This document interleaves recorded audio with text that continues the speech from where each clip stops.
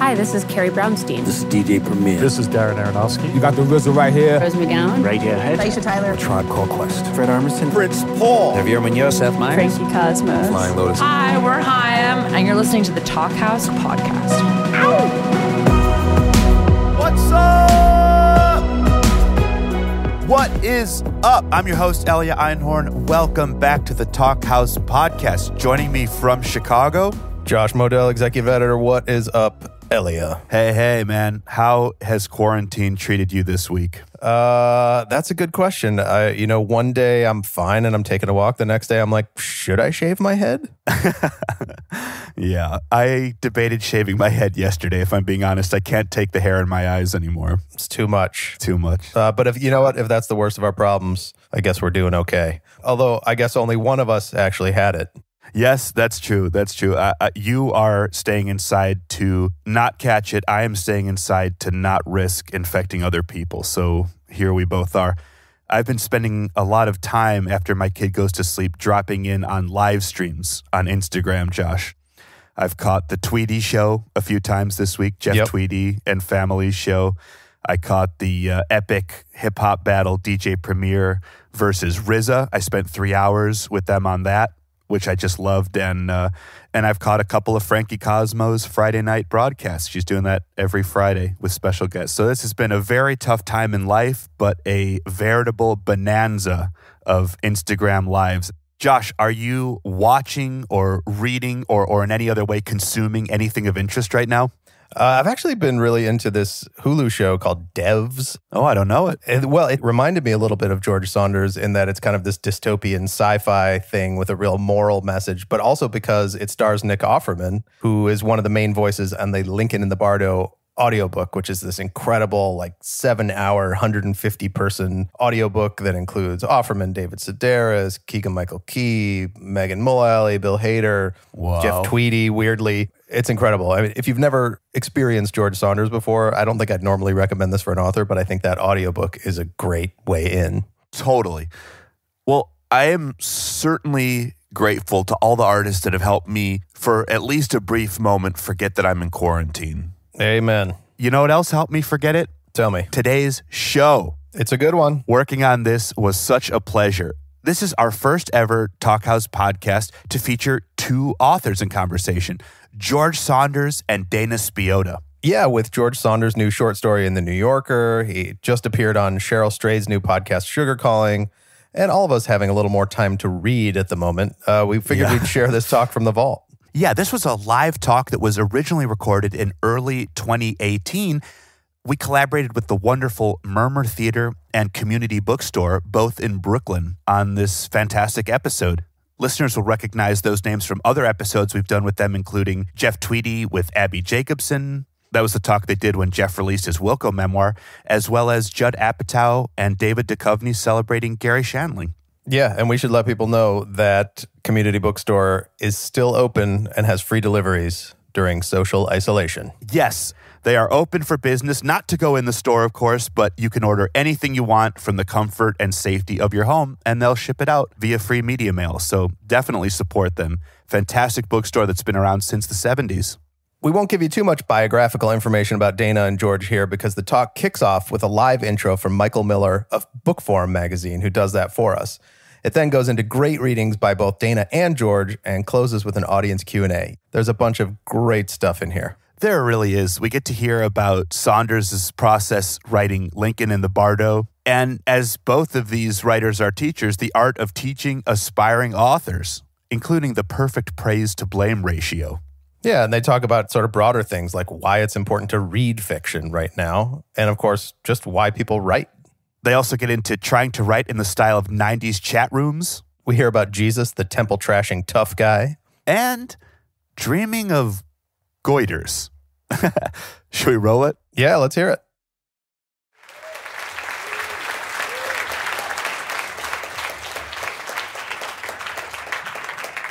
Hi, everyone. I'm Michael Miller. I'm an editor at Bookforum magazine, and I'm just incredibly happy and honored to be here tonight at Murmr's first installment of Lit.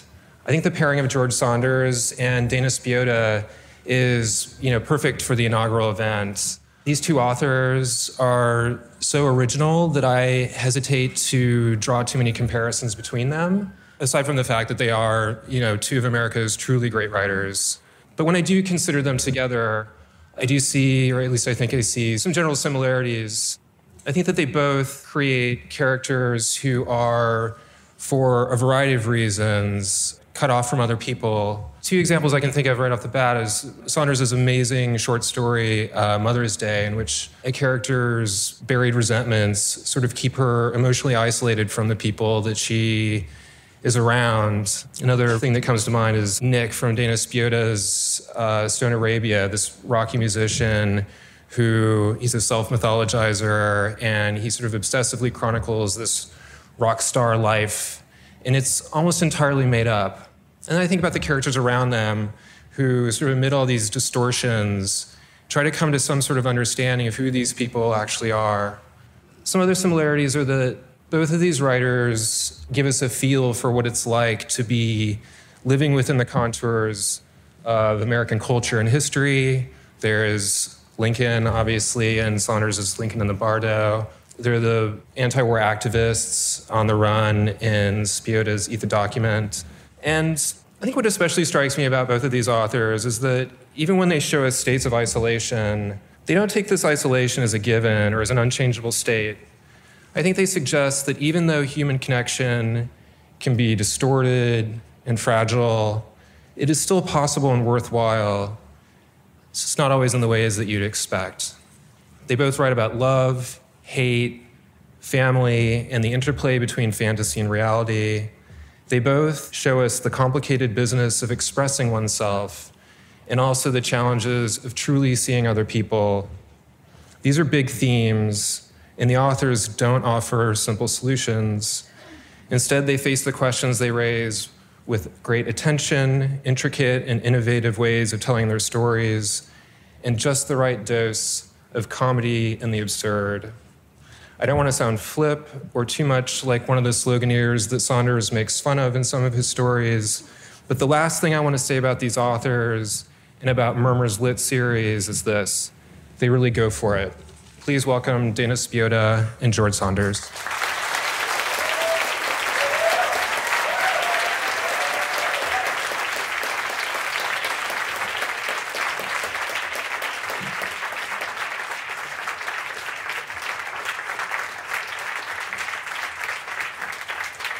Thank you, Michael. That was really nice. It was really thoughtful. And Janet, thank you for inviting us to be at the first literary event here. I'm going to read from Innocence and Others, and then George is going to read, and then we're going to have a conversation. I'm going to read from the beginning of the book. The book starts with an essay that a character has written about how she became a filmmaker. It's a sort of an origin story. And so she's looking back from her 40s to when she was young. Pretty soon as you're reading it, you get the sense that this is really an apocryphal story, that there's lots of clues that it may not be true. The part that I'm at is going to read from is she's going to go to her parents' house and tell them a lie about how she wants to go make movies, even though she really does want to go make movies, but she's really going to go live with her new boyfriend who seems like he might be Orson Welles. So what you need to know is it's 1984, and she comes from the very privileged precincts of West Los Angeles. I think that's all you need to know. We lived in a recently built, very large, one-level house that hugged the edge of a shrubby canyon. Sliding glass doors in every room faced the landscape yard, the pool, and the hazy view beyond the pool of other houses with pools on the opposite side of the canyon. Some of the walls in our house were lined with suede panels, and other walls were lined with mirrors. My parents liked the effect of juxtaposing contemporary surfaces with an elaborate collection of French and Italian antique furniture. My mother considers herself a person with interior design skills, or at least a very strong sense of her own taste, and I admit that it worked in a way that felt deliberate. I didn't mind looking at the fine Louis XIV gilt-painted wood table set unexpectedly in front of the palm trees and cactuses visible through the glass panels. But I myself would have preferred a Mediterranean-style craftsman bungalow decorated in Art Deco tubular furniture with the chromed curves and the squeak of leather, promising a life of gliding modernity. That's me, all right, out-of-date modernity with its edge of future promise unfulfilled, even failed. I so loved the clothing style of the 1930s that my prom dress was a slim, high-waisted vintage men's suit rented from Western Costume, something a minor player wore once in a long-forgotten silvery black and white film. But my mother was different from me. She liked things hyper-new or very antique. None of this freighted recent past for her. Vintage, she would say when we went into the expensive retro stock stores that now dotted Melrose Avenue. That's what they call this attic junk? Or she would make a sound of hard-pushed air in her throat, which I came to understood meant that she had a similar item once and had happily discarded it years ago. She had no tolerance for the sentimental revisiting of the 1950s that became so popular during my grade school years. She never understood our desire to dress up in sock hop outfits for 50s days and felt that watching Grease was ridiculous, not to mention inaccurate, i.e., the 50s weren't fun, by the way. My father did not have such strong feelings, but he went along with my mother in matters of decor and in almost everything else. I sat them both down together, but it was to her that I addressed my explanation of why I was leaving immediately. I told her that I planned to take a road trip with my friend Carrie. I picked Carrie because she was in fact spending the summer driving across the country with her boyfriend. I told my parents my plan as they sat on our cream velvet Empire couch, and I sat on the rug in front of them holding a can of Diet Dr. Pepper and taking frequent sips. The sips helped me buy time as I was making this up as I spoke, or at least partly, the general ideas taking shape on the drive over, but the detailed contours of the plan coming to life as I formed the sentences between sips. There's a film collective in upstate New York, I said, sip. I was thinking of the great director Nicholas Ray and the weird upstate New York collective he formed with the students in the 70s after he'd been forgotten by Hollywood. I have always been attracted to afterlives, codas, postscripts, discursive asides, and especially misdirection. Note this. I had never seen the film Nicholas Ray made with his students, but it was already legendary, at least to me. Where in upstate New York? My mother's brow furrowed. She was raised in Long Island, but she had developed a West Coast revulsion for the extreme temperatures of New York, and to her, upstate seemed like a tundra of snow and forgotten factory brick. I hadn't considered that I needed to be more specific than upstate. I thought of Syracuse, Buffalo, Rochester. I thought of Troy, Albany, Kingston. I thought of Binghamton, where Nicholas Ray taught, but that isn't what I said to them. Gloversville. They have an abandoned glove factory that gets used as a soundstage. It's incredibly cheap, and we have easy access to woods or lakes or old houses for locations, I said, and took another long swig of my soft drink. I was addicted to the slightly cooked peppermint chemical taste of Diet Dr. Pepper. The flavor had a wave of sweet followed by something bitter and then something metal. It was so close to repulsive, and yet I had grown to crave it. I tried to figure it out nearly every time I drank it. Is it marshmallow or peppermint? Is it a cola with a fruit flavor, with an undertaste of saccharin? I drank it constantly, sip, sip.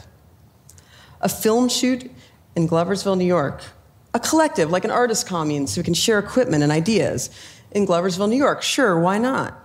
The town came to me from a coffee table photo book of old movie theaters, the Glove Theater. It was a former vaudeville venue whose exterior sign was renovated in 1939 in high Art Deco. Perhaps the glove and both the town name and the sign made it stick in my head. And then it popped out while the soda sip still tingled my tongue. Later, when I finally saw the place in real life, my eyes filled and blurred. It was a decrepit theater in grave disrepair on a dying street full of empty storefronts. The door was open. I stepped in. A ghost town with a ghost theater, yet the former grandness still evident, the gold wallpaper peeling, the velvet seats in attendant rows, though ripped and ruined. Why did I cry? Not because it was a wreck, but because I felt the history. I knew cinema is everywhere, and to discover it in the most obscure places made me believe that it mattered. Its decay only meant there was room for me somehow. That is why I cried. I was full of joy and excitement. Sounds ambitious, my father said. Ambition pleased him. He was an entertainment lawyer, but he never talked about his work with me. He loved, though, to talk about me and my work. He encouraged me to believe that my particular possibilities had no limits. And one strategy he apparently had for conveying that idea was not giving me any limits, financial or otherwise. "What's the name of it?" my mother said. "Of the film collective?" I sipped my Diet Dr. Pepper, swallowed. "Spectrocorps," I said. Both parents tilted their heads like they hadn't heard. Spectrocorps, like the Peace Corps or the Marine Corps. No one spoke. I was about to go on, but I saw my father smile and begin to nod, so I made myself shut up. "Where will you live?" my mother asked. "I will stay in the collective's apartment so we can work all the time." My mother pursed her lips. "You're going to make films, that's great," my father said. "That's what she wants to do, she should do it." "You're going to make films with Carrie," my mother said. My mother loved my best friend, Carrie. It's ridiculous how an adult decides to take to one of your friends. A bit of eye contact and a thank you from a teenager is a kind of miracle, I suppose. Yes, Carrie and others. They looked at me and leaned in. They were saying yes, but they expected some detail. So out it came, inventing, as I had just learned to do, a story about myself.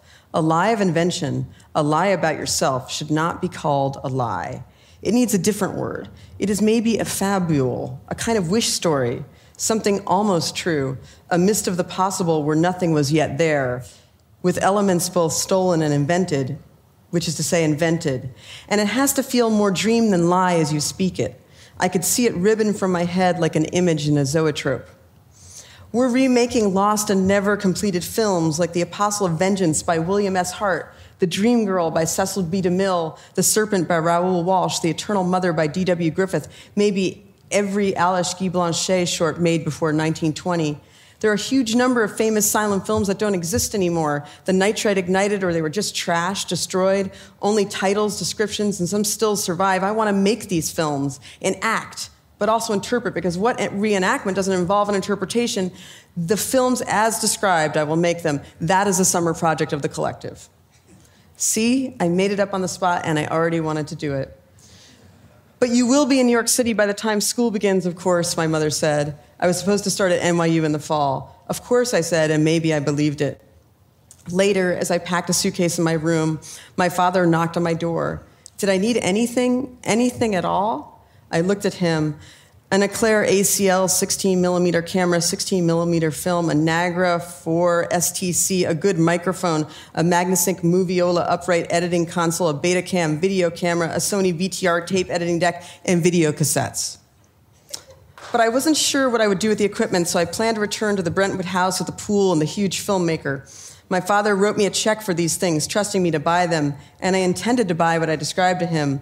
I cashed the check and stored the money in a sock and a side pocket of my suitcase. Someday I would get my gear, but now I wasn't, as it happened, ready to make films. I was still just thinking, wishing, hoping, pretending to make films.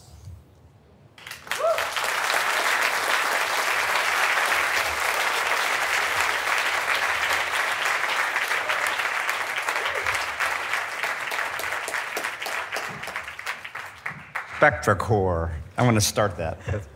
Thank you so much for coming out. It's great to see you. I mean, I can't really see you, but it's great to be in the same room with you. See you later, whatever.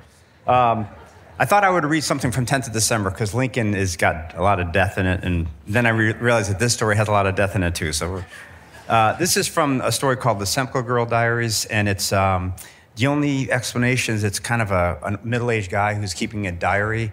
And as I did when our kids were little, I tried to do that, and I was so tired that I would end up sort of omitting words and getting rid of articles and using plus signs and equal signs. And so this is kind of his brain dump at the end of a couple of days.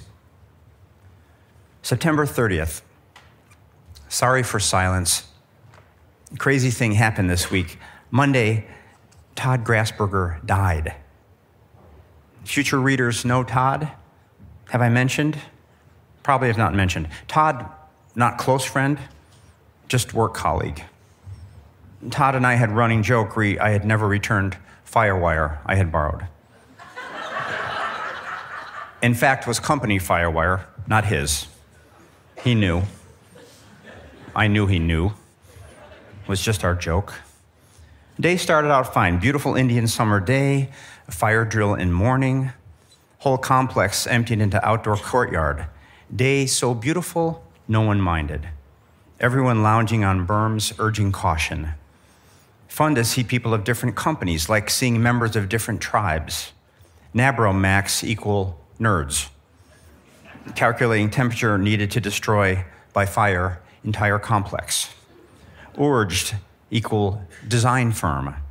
Has many hippies. Prettiest girls. Many urged folks lying on back on berms, looking up at clouds. One guy playing small wood flute. When all clear sounded, everyone booed, all filed sadly back inside. Then at 2, word rippled through office, Todd dead. Had heart attack at dry cleaner. No, go ahead, you be you. Had a heart attack at dry cleaner just now during lunch.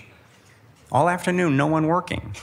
Everyone's stunned, milling around, trying to process fact that Todd equal dead. Under Todd's desk, pair of hiking boots. Against one wall, walking stick Todd used to take on lunchtime walks in woods. Weird sun shower around 3. Linda Hurtney. It's like a final goodbye from Todd. Linda equal nut. Once claimed crow on ledge was reincarnation of her dead husband. Said she could tell by way crow's head was cocked disapprovingly at large lunch she was eating.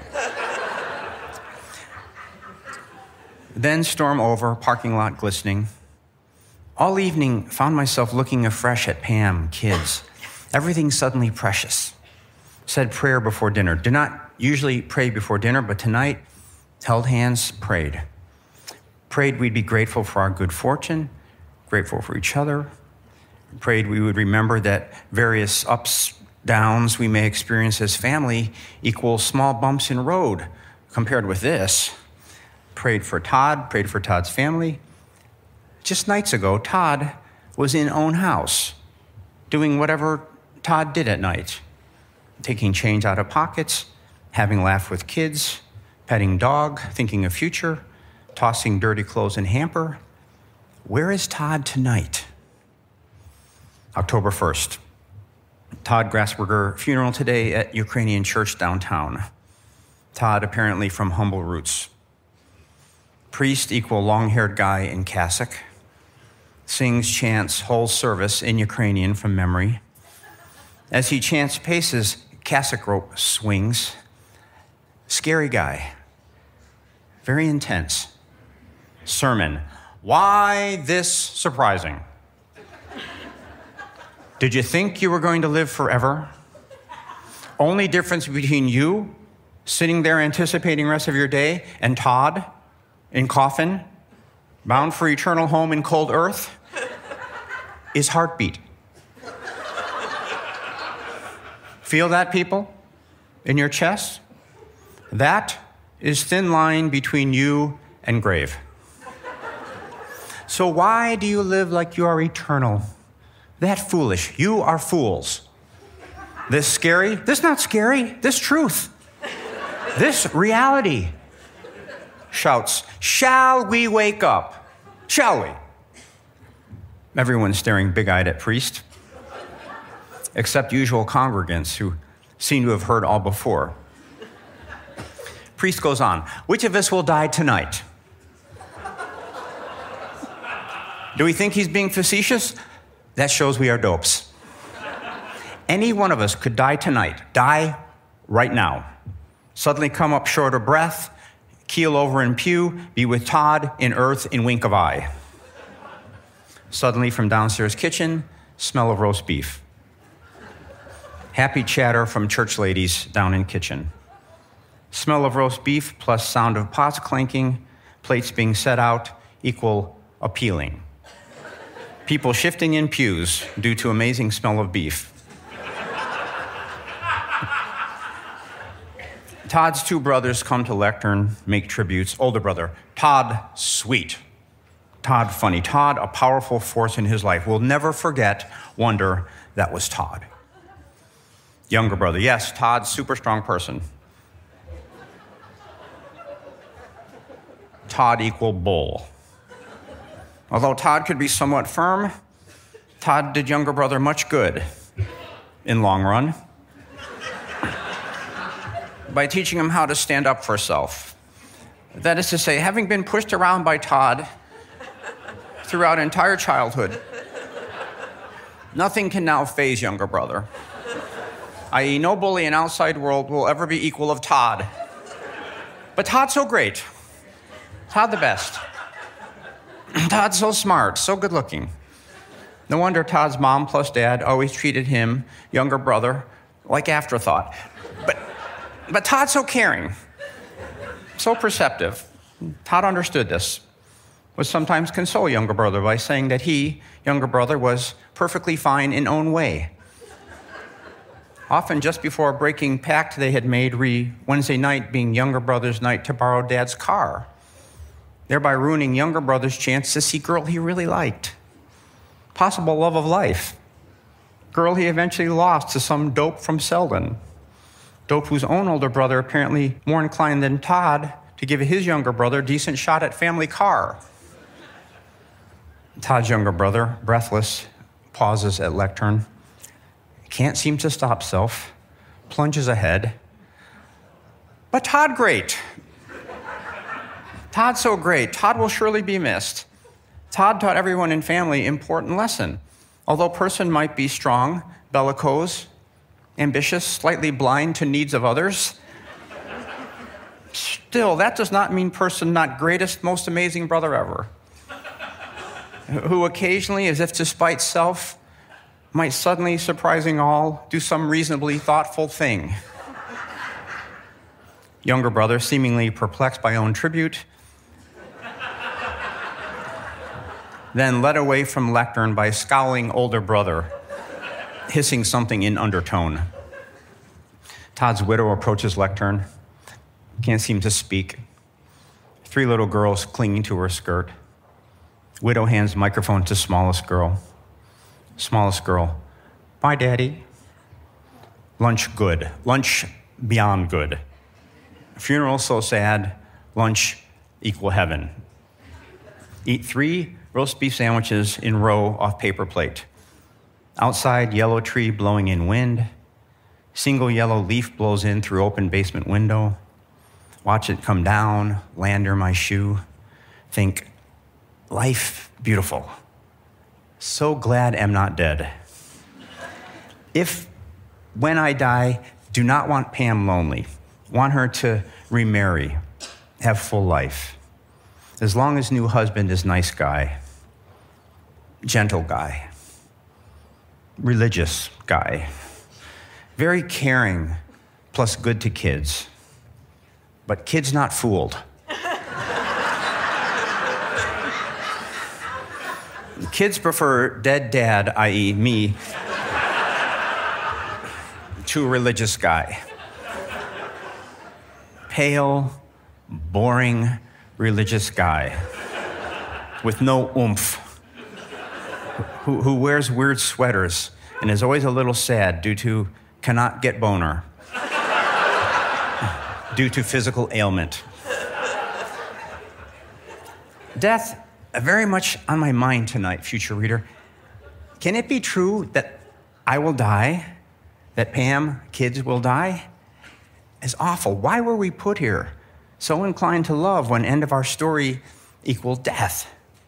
That harsh, that cruel, do not like. Note to self, try harder in all things to be better person. Thanks.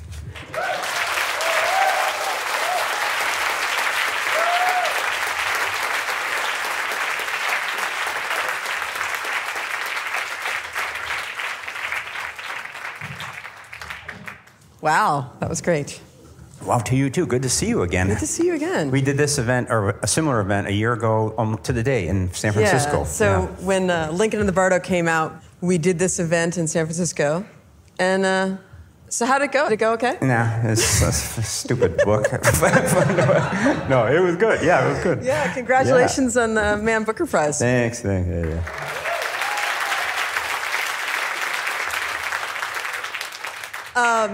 So I thought maybe I would just start out asking you some questions about Lincoln and the Bardo, and we can kind of go off from there. Does that sound okay? Yeah. Okay. How many of you have read Lincoln in the Bardo? I won't look. Raise your hand. Okay, so like I would say half the people. Okay. Yeah. So it's an amazing book, and I think it feels even more relevant now than it did even a year ago. One of the things that's really remarkable about it is that it has a very interesting structure. It's a historical novel. It takes place in the 1860s, takes place during the Lincoln administration, but one part of it takes place in a graveyard and it has ghosts. And they go back in history. Some of them have been there for hundreds of years, right? And some of them have died recently, and they're all there together. So that part of the novel is multiple voices, and the plot or the narrative of it is that Lincoln's son dies, and all takes place during the one night when he goes to visit his son's dead body. Yeah. So that's quite a bit right there. Yeah. And then it's intercut with historical documents, some of them real, some of them contemporary with the time, with the 1860s, and some of them from now. Yep. And those also tell the narrative of the son's death, right? And there's a lot of white space. That was the other. There's lots of white space. But okay, so my question is, how did you come to that structure? I know you have said in the past that your form comes out of your attempt to solve some problems in the writing. Yeah. So could you talk a little bit about that, how you got that shape? And I love that like probably 90% of you are writers, so that makes, we can just talk technical stuff, right? The thing that's been interesting about talking about this is that you realize that if you were really going to answer it, I think these formal solutions, I don't know if this is true for you, but it seemed like they were kind of running on 5 tracks at once over the last 20 years. I mean, you can give a simple answer in an interview, but in truth, there were 4 or 5 things happening at once. And there were 2 that I kind of had forgotten about, actually. One was that back in the 90s, I tried to write a book that would look like chat lines. When they were they were just happening. So I just liked the way it looked and the way that an answer would be, ungrammatical and delayed by several pages and all that. And then the other part that I really, like even when we talked, I don't know if I had made this realization, but I did a story for GQ in a homeless camp in Fresno. Yeah, I remember that story. Yeah, I wrote a nonfiction piece about it, but it didn't really get out of me, Right. And that's the Bardo, actually, that place. All these homeless people who are kind of like repetitively telling me their story, even when I've heard it 20 times, and they're lying, changing it from time to time. Yeah. They're constrained in a physical environment. So I think those 2 things were part of it. And then stuff like David Shields' Reality Hunger was on my mind. That George Plimpton book, Edie, and the Ken Burns movies, too. Right. So really, literally, those 5 things were all happening at once. Yeah, we talked about how it did remind me of the Ken Burns movie because we find out the names after. Right. Which is, you hear the voice and then you find out who's speaking. That seemed very Ken Burns to me in a weird way. It was, and the thing about that was, I mean, if you're a writer, at least for me, one of the things that is a really good clue is irritation. Like something you hit a part in a text, and if you're looking at your mind honestly, you're like, that sucks. I don't know why. And I know intellectually it has to be that way, but it sucks. So with this book, for a long time, all of the ghosts had the attributions after. Right. And the history bits had the attributions on the top. Or rather, the ghosts were at the top and the history was at the bottom. Right. And every time I'd read that, it just chafed a little bit, like, it's so disorganized. My OCD was offended. So there's just one day where the whole work was just to flip all of them to the bottom. Right. And it felt so good that now the whole book would look the same. Do you have like any kind of visual? Yeah, no, it's weird because when you were joking about the white space, you weren't really joking because there is some way that it feels, especially, maybe this is true with short stories too, but it seems that you don't want a symmetry that makes it seem too neat. Right. But there does have to be a spatial logic to it. And some of it actually is the way it looks on the page. Yeah. And there's a part of me that always wants to have that certain amount of white space. When I see like a Thomas Bernhardt novel or something where it's just text and there's no, it makes me want to die. Yeah. I think there's a certain amount of self-encouragement. Like when I was, this is the first novel, and I was like intimidated by it. And so when you thought, George, give you, George, permission to do a 2-line chapter. Right. And, part of your mind says, well, that's cheap. And you're like, yeah, okay, but I'm doing it, Yeah. And then, because I think if you can go into your writing room with some amount of joy and not fear, for me, that's the whole game, And whatever cheats you have to do. I'm just going to do it. I'm doing it. It's my book. It's my fucking book. I can do it. I want to ask you about that, too. Oh, that there's in As I Lay Dying, there's a 2-sentence chapter. Yeah. My mother's a fish. Right. And do you think Faulkner said, I'm just going to do it? I think he did say that. But, okay, so 10th of December came out, and it was hugely successful, and it was on the bestseller list, and you could have just kind of relaxed for a while, but you dove right into this book, and you hadn't written a novel before, and you didn't just write a big George Saunders story. You did this radical revisioning, I mean, really like nothing else. So how do you have the courage to do that? What do you tell yourself that enables you to do that? Because I mean, there must have been a lot of pressure on you, you know? You know what happened? This is weird. I don't know if you read reviews, but I do. Yeah, I do, even if, you know. But there's somebody like, with 10th of December, somebody in England, not that I've looked him up or anything, but he said kind of like, it begins. Saunders is now repeating himself. And he said it about 10th of December. And I'm like, fuck you, I'm not. Everyone here says I'm not, so, you know. But that gets in your head a little bit, you know. And so I had this Lincoln idea bouncing around for 20 years, and I always thought, oh, that'd be so great. And then I had this feeling that I didn't have what it would take. Like it was a little too earnest, or would have to be too lyrical or too serious. Something like that, some suite of things that, you know how it is when you write your first book, it feels like you became a different person briefly, and you discarded a lot of your early writer tricks to do this one kind of purified thing. Then you're kind of loath to give it up because you're afraid you'll revert, you know? So when I was younger, I had a lot of modernist tendencies that were kind of sloppy. Yeah, I remember you telling me about your first book that you wrote, your first novel. Oh yeah, the La Boda de Eduardo. It was a 700-page book about a trip to Mexico that and I mean, my wife and I were broke, you know, and we had 2 kids, and I just said, I came back from that wedding and said, you are sitting on a gold mine. This is going to be great. And I spent all this time writing it, and a year, you know, of staying up late at night and working, and then gave it to her, and she read about 4 pages and just went like, yeah. So that scared me off of that a lot. But then anyway, so I'm, you know, this book, 10th of December is done, and I'm 50, whatever, and I just thought, man, if, you know, I just had the feeling that I was reaching a dangerous crossroads where I was going to concede that I didn't have the chops to do the thing I wanted most to do. And then I actually said, you know, if you drop dead right now, people would say, he did pretty good for a kid from Chicago, so maybe I could just take a chance of messing it up. And then if it didn't work out, I could just quit and call it a lost year. But I kind of joke about it. But like you're just saying, I would just throw it away at the end of the year. I actually gave myself kind of a contract. Like, you're going to try this for 6 months until this book comes out.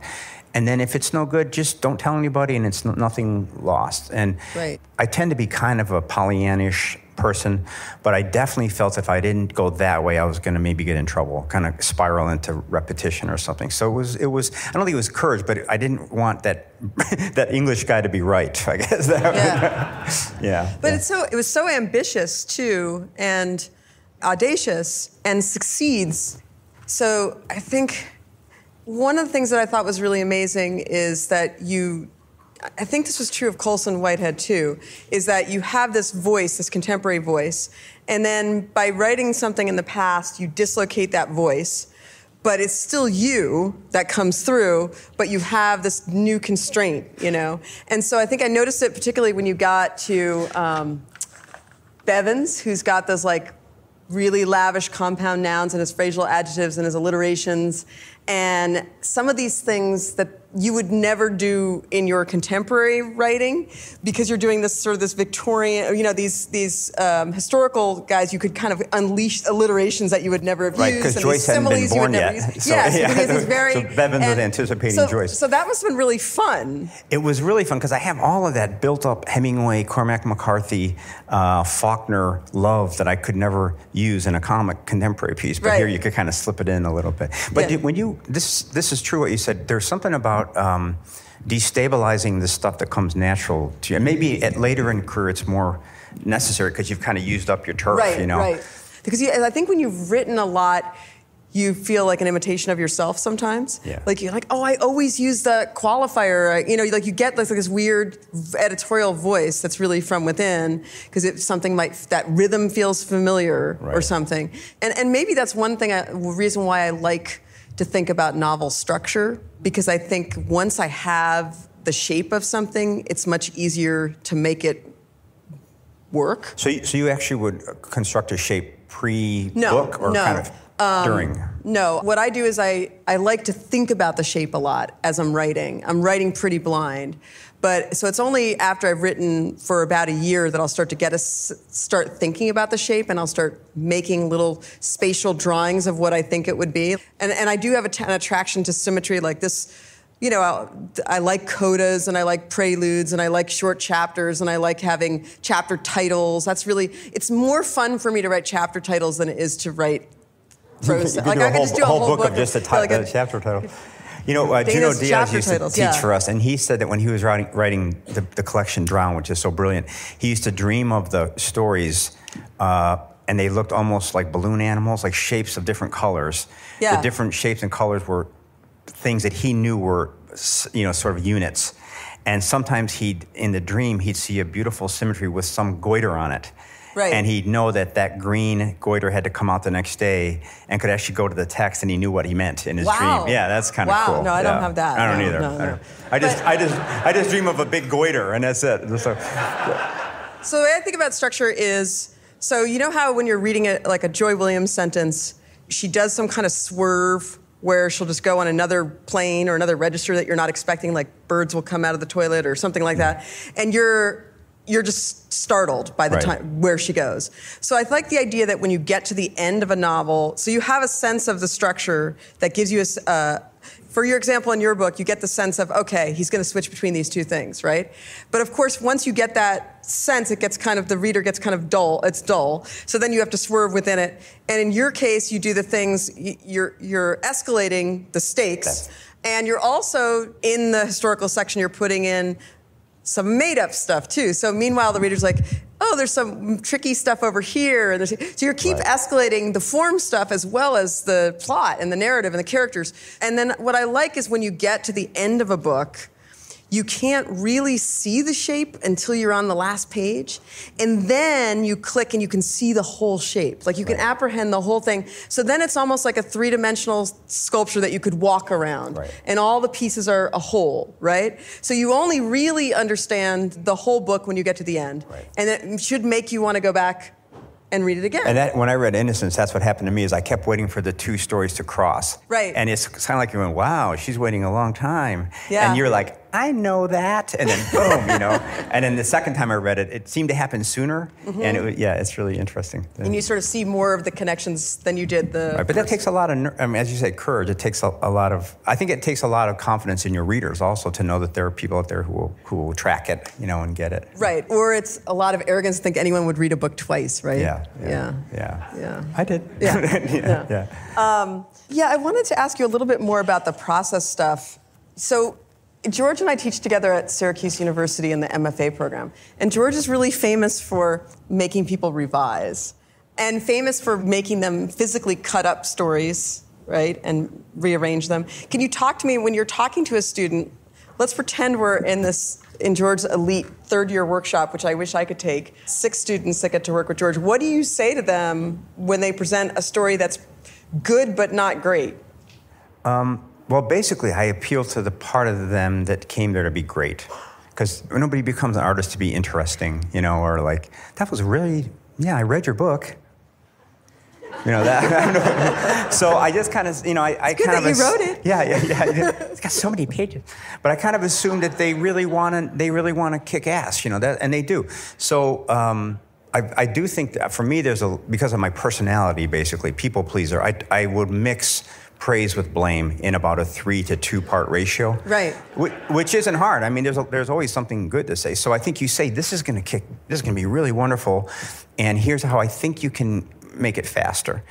So I do a lot. You say how we can make it go faster. Often, not always faster, but faster or have more cause and effect is often something that and I think if you couch that in the language, not that it's bad, but that you're going to break more hearts if you make it faster or you make it more.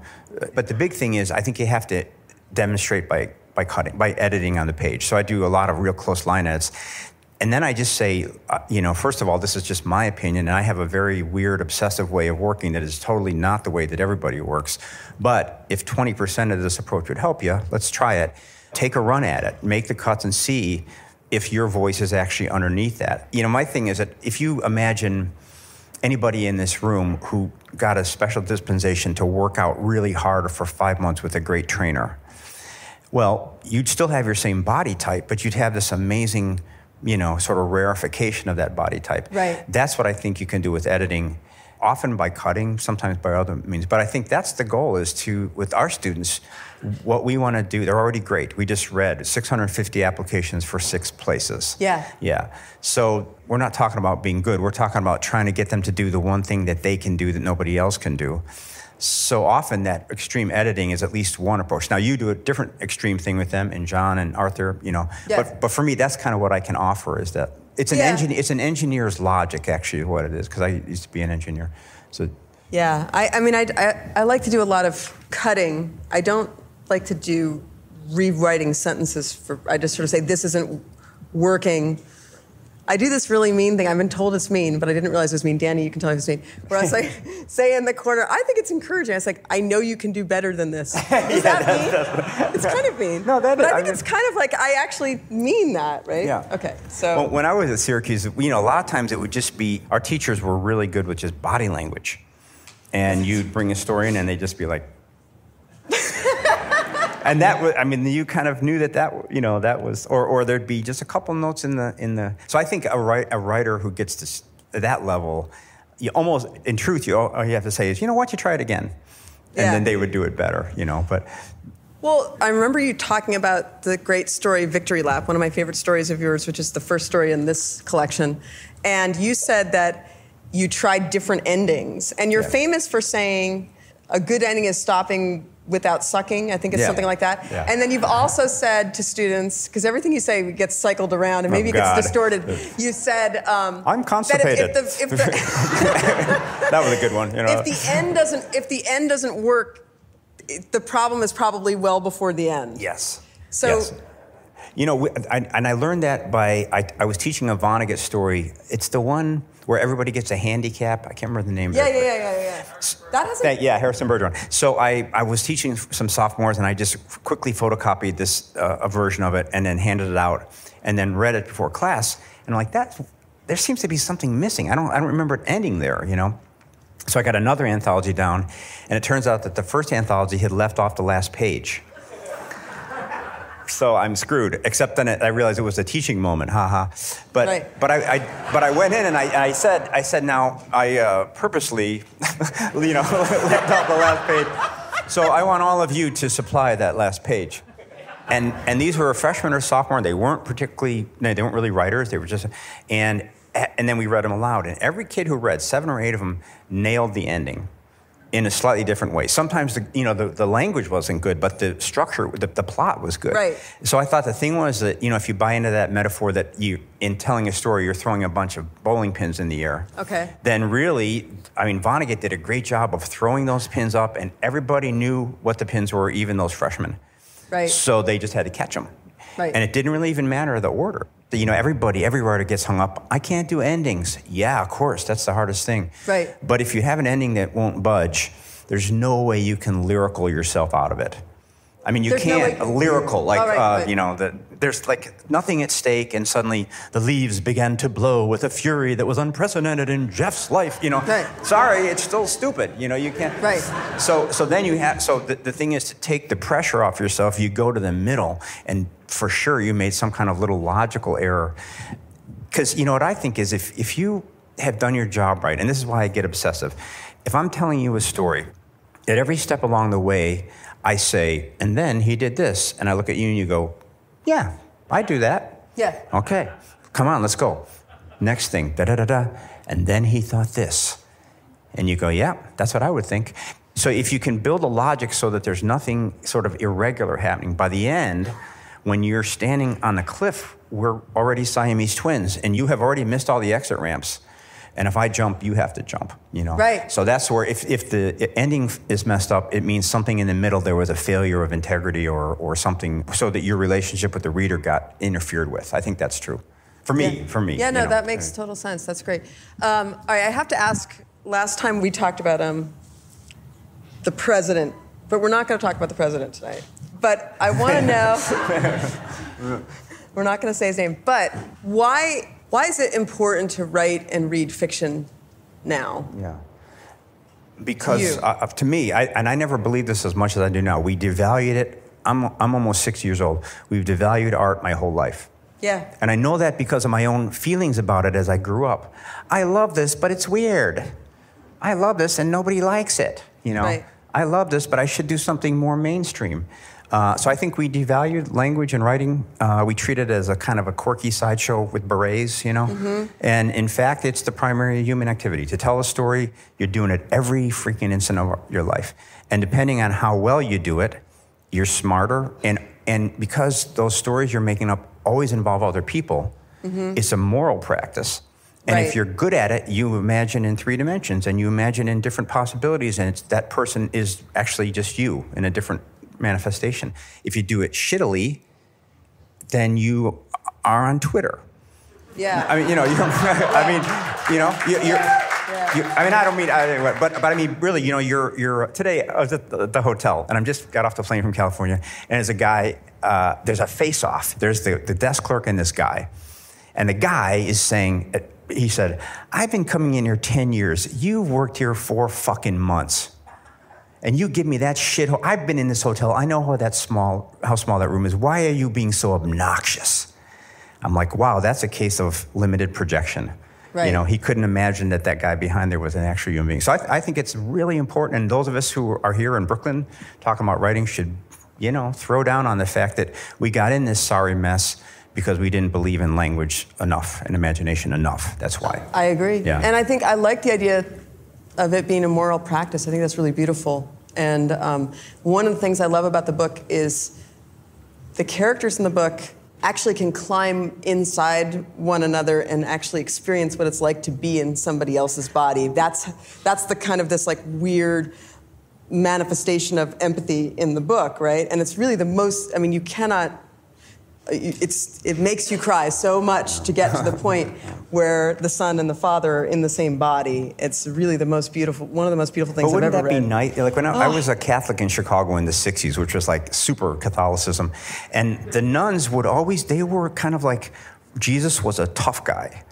Jesus went down to the well and he talked to the prostitutes and he trashed the market, and he had this incredible superpower. Because, you know, if you trash a market, there's police, you know, and there's people whose stalls you just trashed. I mean, but they would say to us, I mean, at least what I picked up from them was that empathy and this kind of love is actually a superpower. And if you know, for the instance in our life when we feel it, you're kind of invincible. You know exactly what to do. You know, when your heart goes out to somebody, there's no ambiguity. There's no unclarity about how to act. So I think that's, you know, I mean, that's the goal anyway. You know, I think. Yeah. I agree. But I want to ask you something, though. And this is because I was traveling all this year, and I just started writing in December again, and I've written like 6 pages of a story, and it feels really false to be talking about writing with that story at home because it's like typing. But you have started a new book. Can you just tell me, because I can understand kind of writing one novel with a lot of white space, but how do you make the turn from finishing one that you're, you know, beautiful book like this one, and then pivoting to do a whole different book? Does that take you days, weeks, months? Or it's a year. A year. Yeah. And what are you doing in that year? Are you planning? Writing some nonfiction things and taking a lot of notes. And then I start writing scenes. And usually when I get a voice, when I hear, whether it's in dialogue or whether it's in narration or whether it's in a consciousness, that character kind of leads me to situations. But I often just get things I can't. What I do is when I'm taking notes, it's the things that you can't stop thinking about, right? There's actually this James Baldwin quote where he says, "You're writing what you don't want to write, but you can't help writing." And so if that's that weird combination of something that I'm resisting and yet I'm compelled to, because there needs to be some discovery in it and there needs to be some danger in it. It can't be too something I already know what I feel about. Yeah. It has to be a little more dangerous to me. Like it has to be something that's making me like, oh shit, I really am gonna get in trouble if I write that. You know? So to me, that's the risk. That risk is a sign of there's something there that you need to look into. Because I think if you're not writing to discover something, then why are you doing it? Yeah. You know? So it's that weird sense of something that you can't stop thinking about, but that you also wish you could push away. At that point, do you have a notion of what we would call plot? No. No, good. I'm glad to hear I don't that. think I ever have a notion of plot. No, you haven't. Ever. I just saw this wonderful documentary about Grace Paley by, I think her name is Lily Rifkin, who's a director. But in there, Grace Paley says, you know, the thing about write what you know, she said, no, write what you don't know about what you know. Yes. Yeah. Yes. That's yes. nice. That's exactly right. Yeah. That's very good. Yeah. We need to do audience questions. I've been a bad moderator because No, we went too long. So there should be a microphone being passed around if people want to ask questions. I know we're not going to say his name, but the question I have for both of you in the current political climate, as someone who, first of all, your work's amazing. Obviously, there's a lot of heart in it. And as someone who tries to practice empathy but has a lot of family members who are, shall we say, they believe the lies, so to speak. So how do you interact with people like that who, in my case, I've known them my whole life, and I do feel what I believe is love for them, but also like complete shame. Like, how do you have that in your life, in either of your lives, and how do you deal with that? You wrote that great essay about the Trump voters in the New Yorker, right? Yeah, I have a lot of people in my extended sphere that are that. And I, to be honest with you, I'm trying to think of it novelistically. So if you had somebody, there's this percentage of people out there who believe in him and believe in the thing. So you could say they're dead to me, you know. But intellectually, that doesn't seem interesting. Like if it occurs in the world, then we should theoretically be interested in it. Now, I think where it gets tricky is, you know, you say you should have empathy. We often hear that as what Buddhists call idiot compassion, which is like somebody drives a spike through your head and you're like, oh, thank you for the coat rack, you know. So that's not it. That's enabling. And in the Buddhist traditions, you know, to be compassionate or kind, you could be really fierce. if a baby is going off a cliff, you grab that sucker by the diaper, and if it hurts a little, that's okay, because so I think partly my thing is I want to be really curious about how we got to this moment, because even if Trump leaves office tomorrow, we're still in that moment where 30% of the country can't talk to the rest of it. So I think that's what novelistic imagination is for, is to say, if a phenomenon exists in the world, it doesn't come without cause and effect. Can we trace it back and understand how it occurred? And, you know, I heard Zadie Smith say something really wonderful. I think her in-laws are conservatives in the UK. But she said, basically, if you really think about it, there's no such thing as a solid human being. Every human being is hundreds of manifestations at once. So she says what she does with her in-laws is she just concentrates on the manifestations that she likes. He's a good grandparent. She's a good cook. They like her. So it's not that you would ignore the other things, but in order to sort of change the situation, you would want to focus your positive energy on those things. Whereas what I hear a lot of is we liberals shrieking angrily, and believe me, from what I saw at the Trump rallies, they shut that shit off right away, you know. Now maybe you could say, well, let them, you know, but my natural mode is to kind of try to get in there and poke it a little bit and persuade, you know. So in other words, I have no idea. I have no, yeah. Right after that Trump piece came out, I got a lot of letters, you know, a lot of fan mail. And this one woman said, of course, you know, your piece was arrogant and you're typical elitist liberal, da-da-da-da. And I'm like, okay, dear madam, first of all, you insulted me 3 times in one sentence. You'll notice that I don't insult you even once in what I'm about to say. So she fires back, okay, you're kind of nice. But she said, however, you do know that 50% of American Muslims are in favor of Sharia law.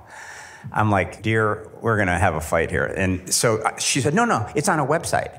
And so she sent me this link. And the link says 50% of American Muslims. And then the author is Nick. You know? And in the banner thing, and then the article itself is about this really wonderful cleric in Houston who said that he thinks, like most Christians, majority of American Muslims probably would put their spiritual obligations above their civic ones. Nothing about Sharia law. So it's a total mishmash, you know. And in the sort of feed column there, one of the headlines is Obama to deny food on election day, you know. So I go into English professor mode, and I spent like 3 hours writing this. George. Yeah. Well, maybe it was half an hour. Okay, But I sent it back, and I'm waiting for the fight. And she says to me, "Dear Mr. Saunders, I really appreciate your effort. I didn't realize the mistake I made. I'm going to try to be more careful in the future." Oh. Yeah. But no, there's a comedian who says, "If I can change one mind, we're fucked." You know. So, yeah. Anyway, so it's hopeless, pretty much. George, I heard you say in some talk that when you're working at an office and writing, that you considered yourself on a corporation grant for the arts. Yes. And I don't know, I'm a fellow recipient, and I wanted to know, like, how did you deal with people constantly watching the screen or hearing your boss like 2 feet from you? Did you ever have the experience of, oh yeah, this is hard to focus, and like, what did you do? Well, I worked at an office in Rochester, New York, and at that time I was using WordPerfect when I wrote Civil Warland, and there was a Shift F3 function that would toggle the screens. So I actually got my office mate to let me have the corner, so it was like the maximum number of steps from the door. And then I just had this drill that I would internalize where I'd be working on the story and have this kind of gleeful look, and when someone came in, I'd hit Shift F3 and sort of slump, like, oh, you know. And actually, you know, honestly, I thought it was kind of good because you know how if you ever get too much time to write, you kind of, the urgency goes down and you start researching stuff. You know, I should put warblers in my book, but all, you know, and this was like, no, there'd be 10 or 15 minutes a day. You didn't know when they would come, as I'm sure you know. Then that had the effect of focusing the mind, you know. So I liked it, actually. And then the first book came out, and suddenly the word got out in the office that I was writing there. And there was this one guy, and I had set the schedule up. We had to bill our hours. So I had to bill 8 hours. So I billed 8 hours, and I had 35 minutes before I had to run for the bus. That was my writing time. And it was legitimately mine because I'd done the 8 hours. So I'm writing, and this one guy, he saw that I was in the New Yorker, and he'd come in the doorway, and he'd go, "Are you writing?" And I'm like, "Yes, I am, John. Yes, I am." Do you ever hear of Zane Grey? He was a great Western novelist. You know, this would be sort of every day. But I think it can be, I mean, it's kind of a good fire under your ass, I think, maybe. You know, I mean, it also, if it goes on too long, it totally destroys you as a writer. And then, yeah. Thanks. That was I like to be an inspirational speaker. You know? We have just one more question, I think. Time for one more question. George, since you have mentioned teaching, some of your students have written really great innovative works, Christopher Boucher, Adam Levin.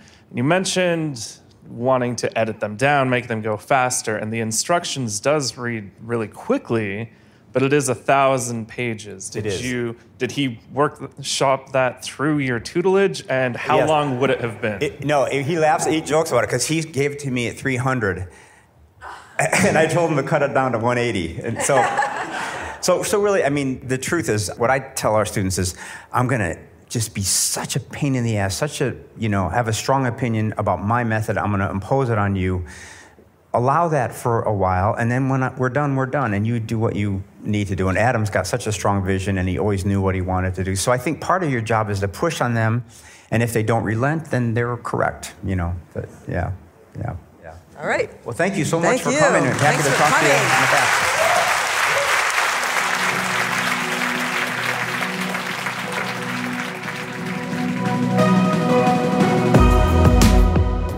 George Saunders, Dana Spiotta, thank you so much for coming on the Talkhouse Podcast. Big love to Murmrr Theater and Community Bookstore for allowing us to record and share this talk. Check out other episodes from this series, including Judd Apatow's talk with David Duchovny about Gary Shandling, as well as the recently revisited Jeff Tweedy, Abby Jacobson talk, where they chat about Tweedy's book, Let's Go, So We Can Get Back. Today's show is recorded by our producer, Mark Yoshizumi, with Eric Lemke and Justin Hrabvosky. The Talkhouse theme was composed and performed by The Range.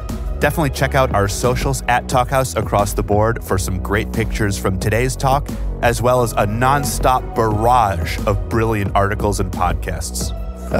Sell it, baby. This week's episode is dedicated to a man who knew how to use just the right words. Rest in peace to one of the all-time greats, John Prine. Till next week, I'm Elliot Einhorn. I'm Josh Modell. Peace. And Bardos. Whoa.